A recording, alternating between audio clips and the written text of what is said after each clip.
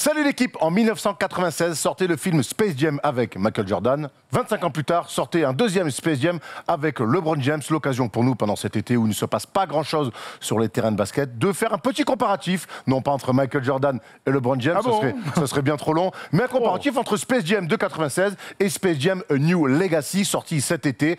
Et là c'était trop beau pour nous pour s'en priver avec moi.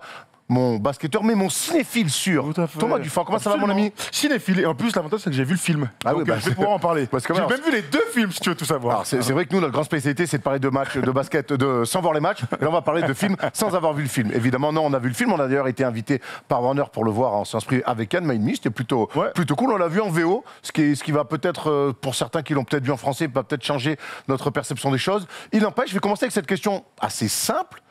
Est-ce que tu as vu un bon film? Est-ce que tu as vu le film auquel... Alors, je vais le refaire. Est-ce que tu as vu le film auquel tu t'attendais?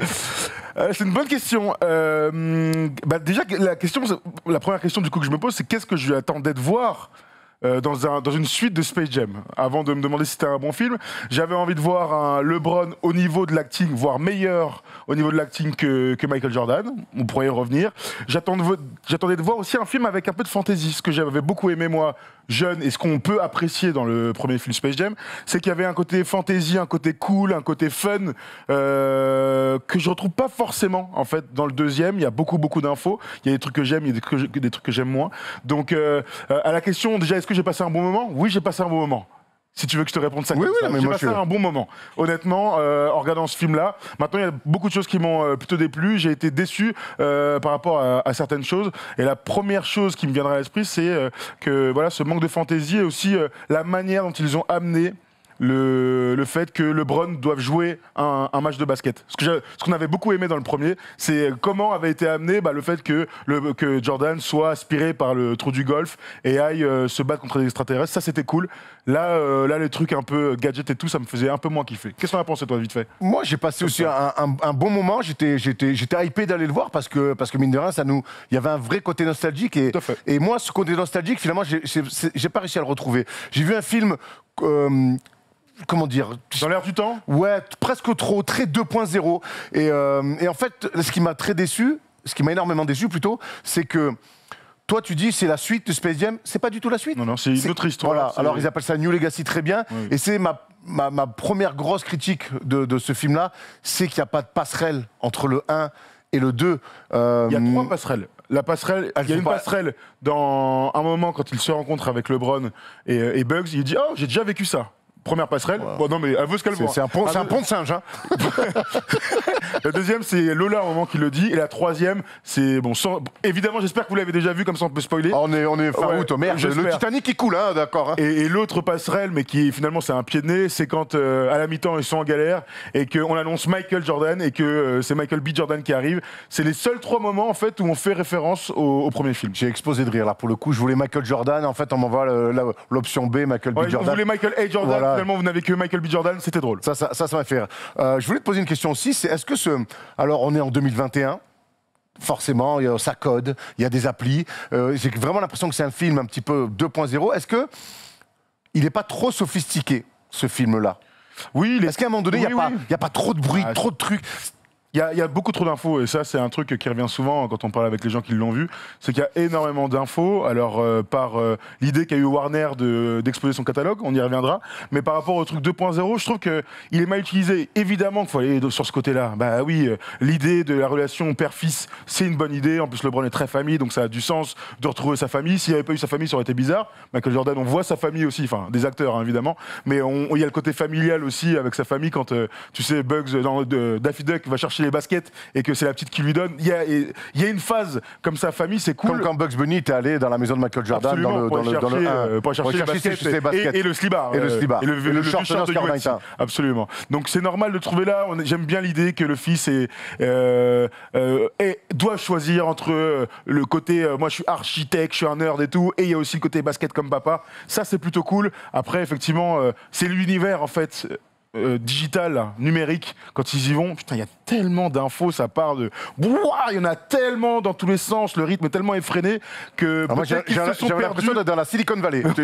Ouais, putain, ouais, c'est clair. C'est vrai qu'il y avait beaucoup trop d'infos, je pense, à ce moment-là, et c'est souvent les reproches qu'on fait, c'est que cette partie-là, elle est un peu indigeste. Ouais, moi, c'est vraiment ce qui m'a... J'aurais aimé presque aimé qu'il fasse simple, parce que mine de rien, le Space Jam de 96 avec Michael Jordan, finalement, alors, c'était révolutionnaire pour l'époque de mélanger le réel au cartoon. Il y avait eu Roger Rabbit évidemment là-dedans, mais je trouve que c'était de manière assez simple et puis ça marchait bien. Puis les Toons avaient vraiment leur vrai personnage là. Je trouve que on les retrouve un petit peu moins charismatiques que ce qu'ils étaient dans le 1. Et puis moi, ce côté où on essaye, mine de rien, parce qu'aujourd'hui, la génération des gamins de 12, 13, 15 ans, Bugs Bunny, je suis pas sûr qu'ils le regardent encore. Ouais, tu vois, ce serait, si vous avez, vous, dans le chat, enfin dans les commentaires, si vous avez, allez, on va dire 15 ans en moins, est-ce que Bugs Bunny est quelqu'un que vous connaissez? Bon, j'imagine que vous connaissez le nom, oui. Mais on joue le jeu avec mais le truc, vous allez le trouver. C'est comme Mickey.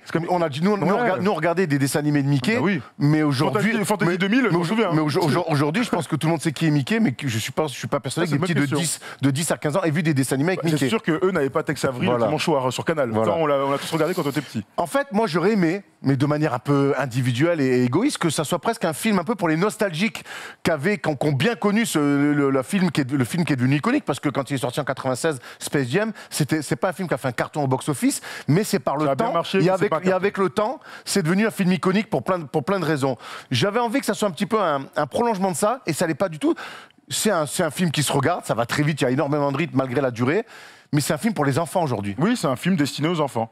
Mais c'est un parti pris. Ouais, moi, je peux l'entendre. Et oui, nous, on n'est plus enfants, ça fait longtemps. On peut être un peu déçu de ça. Malgré tout, il y a quand même beaucoup de références au basket. Ça, j'ai adoré. Il y a beaucoup de références, évidemment, la chaise qui de Bobby Knight. De Bobby Knight, absolument. Il y a plein de références. Tu sais contre qui il achète cette chaise? Alors, je sais pas, dis-moi. Il achète contre Perdue quand il coach la fac d'Indiana. Très bien. Et ben voilà. J'ai adoré cette ref. Très bien, exactement. C'était quoi encore la daronade Polo Il passe jamais son tour. Non, mais pas du tout.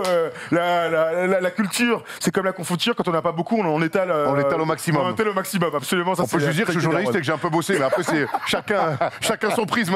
Non, mais c'est vrai que ce côté-là, pour le coup, alors il n'y en a pas énormément, mais il y en a quand même vachement. Il y a beaucoup de choses qui sont destinées aux spécialistes basket. Je vais même jusque là. Tu vois, Bobby Knight aujourd'hui, c'est comme Bugs Bunny, personne ne le connaît. Hein. C'est ça qui est curieux, c'est qu'il y a énormément de culture, de clin d'œil sur l'histoire. Mais quand je dis l'histoire, c'est l'histoire du début à aujourd'hui. Sur les 70 dernières années, il y a beaucoup de clins d'œil basket pour spécialistes. Et quand je dis spécialiste, c'est vraiment spécialiste plus. Et pourtant, c'est un film qui est destiné aux enfants. Donc on se dit que c'est peut-être pour les darons qu'ils arrivent à faire quelques petits clins d'œil. Enfin, j'ai trouvé ça très cool. J'aimerais qu'on revienne sur des choses que j'ai trouvées marrantes, qui m'ont fait sourire, mais qui pour moi n'ont pas amené beaucoup de choses finalement à l'histoire, mais qui m'ont fait rire. C'est tout ce catalogue Warner. Quand LeBron James doit monter son équipe. Finalement, on découvre tout le catalogue Warner et on voit des allusions à King Kong, à Matrix, à Batman, à Game of Thrones, à Austin Powers, à Harry Potter. C'est plutôt bien fait, bien monté, ça nous fait sourire. Mais qu'est-ce que ça fout là? Qu'est-ce que ça vient faire, voilà. Ouais, mais c'est exactement ça, c'est que... Donc c'est un film Space Jam. Space Jam, moi, tu me dis Space Jam, je pense basket, je pense Resta, je pense Looney Tunes. Et un match de basket. Là, on a vu le monde Warner, donc c'est un parti pris, c'est toujours pareil, ils ont fait un parti pris, ils sont allés à fond. Et c'est vrai que toutes les mini-scènes, elles sont marrantes. La scène de la mamie en mode Trinity dans Matrix à régal, la phase avec le train avec Superman et Batman, c'est super drôle. C'est vraiment, j'ai adoré, j'aurais adoré voir des mini trucs comme ça, limite c'est sur YouTube, des petites scènes de 4 minutes, ça aurait été marrant, LeBron déguisé et tout, c'est marrant. Mais c'est vrai que tu ne comprends pas vraiment l'intérêt en fait du film. Ils ont fait étalage de leur catalogue. On a vu combien Warner était une grande maison, une grosse machine de production audiovisuelle, mais ça n'apporte pas vraiment grand-chose au film. Ça, je te rejoins. Et pourtant, c'est peut-être un des moments qui m'ont le plus fait kiffer. Mais bon, ça n'avait pas trop de sens avec Space Jam, quoi. Autre chose, il y a une vraie partie où LeBron James est en full animé. Est-ce que ça t'a accroché? Non, pas tant que ça. Pas tant que ça. C'est vrai que ils le sont tous d'ailleurs dans ce moment. Ils sont tous animés. C'était marrant. Heureusement que ça n'a pas trop duré longtemps. Voilà, c'est un clin d'œil. Heureusement que c'est pas l'entièreté du film. Tu me diras J'ai eu peur à un moment donné. Hein. Le moment où LeBron joue le mieux, je pense que c'est là. Donc en fait, peut-être que c'était mon moment préféré. Tu as raison. Justement, alors tu parles du jeu d'acteur de LeBron. On l'avait vu dans des pubs, on l'a vu dans plein de pubs, dans des commercials. On l'a vu toujours plutôt très bon, souriant, facile, easy. Grave. On voit quand même, là, c'est un autre métier. Jordan, en 96, avait été dramatique. D'ailleurs, on conseille souvent aux gens, quand vous regardez le Space Jam, de le regarder en VF plutôt qu'en VO, parce que le jeu d'acteur de Michael Jordan est quand même compliqué. Là, on a envie de dire que c'est presque un peu l'inverse, même si donc, toi, t'as été un peu déçu par le jeu d'acteur de LeBron, tu t'attendais à mieux? Ouais, absolument. Je pensais que sur le papier, LeBron nous avait habitués. Et je pense encore la petite vidéo où il est prof de salsa, où il est extraordinaire et drôle. Je me souviens de ces pubs où il est à la piscine, là, où il se crime et tout. Il est fantastique. Où il joue 4 ou 5 personnages. Il est extraordinaire. Il sort du plongeoir en faisant une... magnifique et tout. Je m'attendais à ce que LeBron, en fait, surpasse complet la perf de Michael Jordan. Et ben en fait, je suis tellement déçu que toutes les séquences du début où il parle à son fils et tout, je trouve ça vraiment très mal joué pour le coup. Alors, je suis un très mauvais acteur, mais il n'empêche que j'ai vu plein de films et que je peux vous dire que ces moments-là, ces retournés, ces petits regards, trucs, il a été plein de blaire. C'est le LeBron plein de blaire qu'on n'aime pas trop. Et donc malheureusement, j'ai envie de te dire que si je devais choisir entre la perf de Michael Jordan et la perf de LeBron, je dirais Michael Jordan parce que Michael Jordan, il a un truc quand même naturel, c'est un charisme, une aura. Même quand il joue mal, je sais pas, c'est Jordan, donc t'es émoustillé. Je pense que LeBron te provoque, alors dans la vraie vie sûrement, mais en tout cas à l'écran, ce qui me provoque beaucoup moins. Je pense que Michael Jordan, d'ailleurs, quand il tourne le film, on l'apprend dans The Last Dance, il joue des games, ils lui ont mis un terrain où il y a plein de joueurs NBA qui viennent jouer. Je pense que Michael Jordan, être bon acteur, il n'en avait rien à foutre. Je pense que LeBron, pour le coup, il s'est peut-être il voulait vraiment prouver un truc, et c'est peut-être ce qui fait un petit peu la différence entre les deux. Je vais quand même, parce que et puis il a plus de scènes d'émotion à un moment donné, LeBron a joué. Il a plus de scènes d'émotion. C'est quand même plus dur par rapport à Jordan, où il a vraiment un rôle assez... Jordan, il a aucune scène d'émotion. Voilà, aucune scène d'émotion. Alors que LeBron, avec ses enfants, à un moment donné, il faut qu'il essaie de jouer un peu d'émotion. Donc il a eu un peu plus de difficultés. La seule scène d'émotion dans Space Jam 1, c'est... Enfin d'émotion, c'est pas de l'émotion, c'est quand son fils il revient du baseball, il est pas content. Il y a une phrase comme ça sur une petite maison. D'ailleurs, j'ai eu beaucoup de... Je me suis toujours dit, il a une petite maison, Michael Jordan. Voilà, ils ont pas fait la même... Là, ils lui ont mis une baraque de bâtard. Bah normal, normal, c'est LeBron James. Là, c'est vrai qu'il habite... Jojo, il habite tranquille en Caroline du Nord, il est tranquille, il n'y a aucun voisin qui vient le faire chier et tout, j'adore. Bon, bref. J'aimerais qu'on revienne. C'est ce qui nous avait marqué dans le 1, c'est le match face aux Monstars et comment les Monstars deviennent les Monstars. Et donc forcément, on se souvient de Larry Johnson, Charles Barkley, Muggsy Bogues, Sean Bradley, qui se font absorber leur pouvoir et les Monstars deviennent donc des super joueurs de basket avec des super pouvoirs. On avait adoré ça dans le film de 96, la manière de comment l'équipe adverse se construit. Les Monstars, donc ça, c'était un vrai point positif du film. Source le Space Jam 2, le Goon Squad, donc Anthony Davis, Damian Lillard, Klay Thompson, Diane Taurasi et j'oublie quelqu'un, c'est pas grave, vous le mettrez dans les commentaires. Il va nous le mettre. On a sur l'idée, quand on a vu les previews, les petits clips avant que ça sorte, on était plutôt chaud. J'ai été déçu en fait de ces personnages qu'on creuse pas ou qu'on ne voit pas assez. Il y a Damian Lillard qui a ces phases-là, mais d'un coup, c'est la joueuse Ognomike, mais on creuse pas assez là-dessus, je trouve. Bah moi, en fait, c'est là où pour le coup, il y a une énorme différence entre les deux. Et c'est pour ça que je parlais de fantasy. C'est que la fantasy du premier, elle est évidemment par l'histoire, même si elle est simpliste, mais elle est aussi par l'équipe des méchants et par toutes les super scènes des autres joueurs. Ce qu'on adore, c'est quand ils vont parler chez le psy. Ce qu'on adore, et c'est peut-être une des meilleures scènes du film, c'est quand Charles Barkley se promène dans la rue, qu'il voit des meufs jouer, qui commence à jouer, elle fait mais t'es un mytho et tout, t'es nul. C'est pas toi Charles Barkley. T'es pas le vrai et tout. Ces scènes-là. Quand Ewing perd ses pouvoirs en plein match. Alors là, mais ça, c'est bon, c'est très mal fait, mais ça régale. Ça, c'est incroyable, ça régale la manière dont c'est amené. Franchement, c'est des grands souvenirs, mais vraiment pour moi, la meilleure scène, c'est Charles Barkley qui va jouer et tout. Tu vois, l'autodérision, elle est ouf. Et en fait, ce que tu retrouves pas du tout. Alors, je sais pas si c'est faute de temps, si c'est le scénario de base qui veut ça, et donc ils sont partis dans ce délire. Mais en fait, les joueurs en général, t'as aucune scène, enfin si t'en as qu'une seule d'ailleurs, ils sont sur le terrain à un moment donné, où on voit le fils de LeBron les numériser. Oh bah regarde, super, bravo les gars, on est en train de voir Charles Barkley, cette scène avec le son est incroyable, la manière dont c'est amené, c'est fantastique. Le moment où le fils de LeBron numérise les joueurs genre c'est un peu All-Star Game et tout, et ils sont en train de, voilà, il les prend comme ça en 3D et il les met dans son jeu vidéo. C'est le seul moment où en fait on les voit discuter. Le reste, c'est leurs animations, et en plus je les trouve vraiment ratés. Tu vois, Anthony Davis là, avec ses ailes. Ok, Clay Thompson fait des trucs, j'ai pas compris. Mais Clay Thompson, il est en feu. Splash, mais en même temps, il fait feu et eau, mais il fait jamais une séquence où il met des tirs. Alors, mais ça, même avant même d'aller sur le match en soi, c'est vraiment les personnages. Moi, je les ai trouvés. Ouais, tu t'attaches pas à eux. En fait. Et ça m'amène sur un point. Alors là, pour le coup, et dites-nous vraiment dans les commentaires. Et je sais que toi, t'es un peu comme moi là-dessus. Mine de rien, Space Jam, le match, c'est un match foufou, mais on reste dans des règles basket. C'est un match de basket, de cartoon, mais ça reste un match de basket. Là, ce que je vois, moi, 34 à 49, à 8 ans, je crois. Là, à un moment donné, c'est même plus un match de basket. En fait, ce qu'ils font, c'est clairement un jeu vidéo plus, avec des scores qui vont plus rien dire. Un jeu vidéo arcade. Arcade, qui veulent plus rien dire. Et là, pareil, là, je trouve que c'est dommage. Moi, quand j'étais allé voir Michael Jordan, j'allais voir aussi Michael Jordan jouer au basket, et on le voit jouer au basket. Il met des petits jeux, il met des petits dunks. Je me souviens de ce plan du panier, il passe en dessous, il dunk, ses petits tirs. Même quand il rallonge le bras à la fin, ça reste un cartoon, mais une action de basket. Nico Batum a fait ça en demi-finale contre la Slovénie. Hein. Exactement. Là, pour le coup, il y a juste un moment, la phase des contres, où LeBron prend un face de l'espace, et ça nous fait rire, parce qu'il y a de l'autodérision. On aurait aimé quand même voir le compte de LeBron, type Iguodala en clin d'œil, tant pis. Mais j'ai l'impression que là, en fait, on est plus jeu vidéo que basket, et Space Jam, quelque part, a une fibre basket qu'ils oublient dans le 2. C'est une fibre basket, oui, mais oui, ça, ils nous ont tous perdus. Je sais pas ce que vous en pensez, mais en tout cas, moi, à partir du moment où il y a le premier panier, un énorme dunk, qui dit oui, ça donne un bonus, et il gagne 50 points de bonus, là, je fais oh putain, on part où là? On part où? Et on en revient un peu à ce délire dessiné aux jeunes, dessiné aux enfants. La ligne à 4 points, tu vois, on est dans ce délire-là, un peu de cirque, et ça, oui, ça, c'était très difficile. C'est vrai que le match. Le match de Space Jam 1, on se souvient de presque toutes les actions. Tu vois, tu peux les citer de tête comme ça, même sans revoir le film. À part le dunk autodérision sur LeBron, je me souviens d'aucune action. Bon, je me souviens parce que je l'ai vu il n'y a pas trop longtemps. Il y a le délire du cross qui fait bugger l'entièreté du jeu là, de l'app. Voilà, mais sinon. Il n'a aucun intérêt, le jeu, le match, ça part dans tous les sens, les points, c'est chiant. Et puis ils font un truc qu'on déteste quand on joue au basket, il y a un mec qui change d'équipe en cours de match. Et ça fout la haine.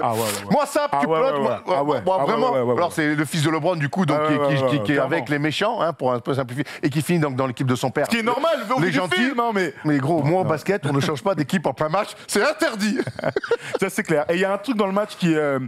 Encore une fois, qui fait que le 1 pour moi me semble beaucoup mieux dans le match, c'est l'arrivée de Bill Murray. Le caméo de Bill Murray, il est extraordinaire. Et ça, c'est un truc moi que je regrette énormément. Donc je l'ai dit par rapport aux scènes d'acting des autres joueurs, j'aurais aimé plus de phases, mais je vois pas comment tu peux le faire dans ce film-là vu que tout est numérique.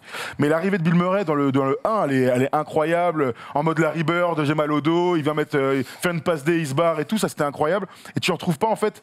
Voilà, la joie de jouer au basket que tu as dans le 1, tu le retrouves pas dans le 2. Non. Dans le 2, ça va trop loin, trop vite, trop machin. Et... Par contre, le décorum du match de basket dans le 2, avec le public où il y a King Kong, il y a tout, il y a toute la Warner du coup qui va voir le match. Il y a les hommes, comment ils s'appellent encore les gars de. Oh là là, les hommes de. Oui, dans Matrix. Sable. Mais non, pas. Oui, il y a les agents de Matrix, il y a les agents de Matrix. Mais dans Game of Thrones, t'as les mecs de la nuit. Ah là. oui, les soldats de la nuit. Comment ils s'appellent encore? J'ai oublié. Polo. Les marcheurs blancs, merci. Non, mais... Il y en a plein partout. Il y a un Robin de l'époque Batman et Robin télé, donc dans les années à l'ancienne. Ça le public qui vient voir le match, ça j'ai trouvé ça exceptionnel. Le terrain et le décorum autour, j'ai trouvé ça exceptionnel. Vraiment, quand tu les vois s'installer, ça j'ai trouvé ça fort. Il n'empêche, je parlais de Bill Murray. Pour moi, le film de 96 est quelque part plus simpliste, mais 1000 fois plus iconique. Bill Murray, la présence de Bill Murray est incroyable. Bon, t'as Jordan, au niveau icône, c'est compliqué de faire mieux, même si l'autre, ils ont LeBron James. On verra dans le temps ce que ça donne, ce film-là. T'as la Jordan 11. Dans ce film-là, la Jordan 11 Space Jam, qui encore aujourd'hui, tout le monde a envie de les avoir. Et pour moi, l'énorme aussi, l'une des grosses différences, c'est qu'il y a une bande originale de 96 qui est exceptionnelle. Ça, je pense que ça, tu le dis en temps. Moi, pour moi, la bande originale de ce Space Jam, elle est très très très lourde. Hein. Wow. C'est juste qu'elle est dans l'air du temps. Là c'est Erwan de 40 ans qui dit ça. Mais peut-être. Elle est très lourde.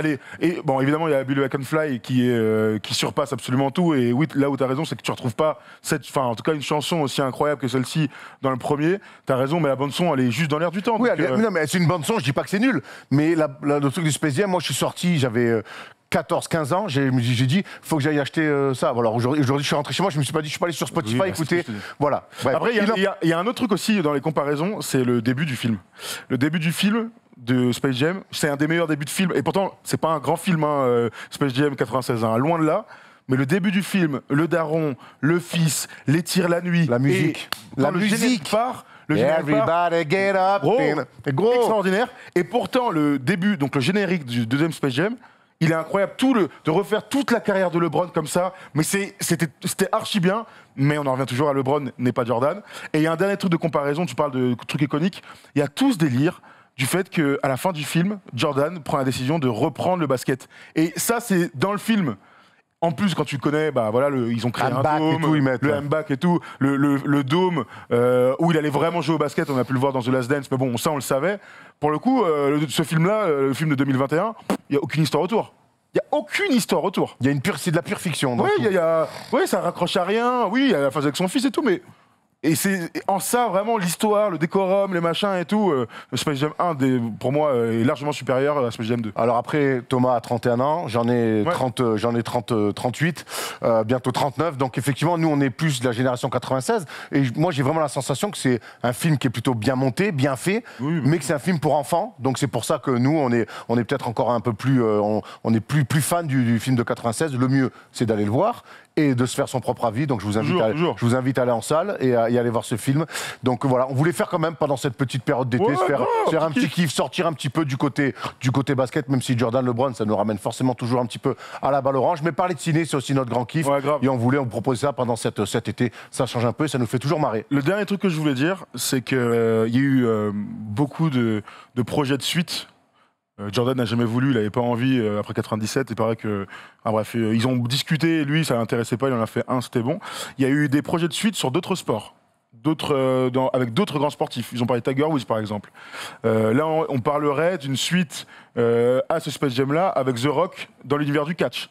Je pense que plutôt que de faire un remake, une suite de Space Jam, ils auraient peut-être dû aller faire une franchise sur plein de sports, un peu comme Bud. Tu viens de Bud, le chien qui fait tous les sports. Air Bud, régalade. Mais peut-être que tu aurais dû faire Space Skate, Space Catch, Space et ainsi de suite, plutôt que de rester dans le basket. Ouais, mais je crois qu'il voulait LeBron. J'entends, mais ils font du cash, il n'y a pas de doute. Le film est rentable dès le premier week-end. C'est le film le plus rentable de chez Warner depuis le Covid. Donc je pense qu'ils sont très contents.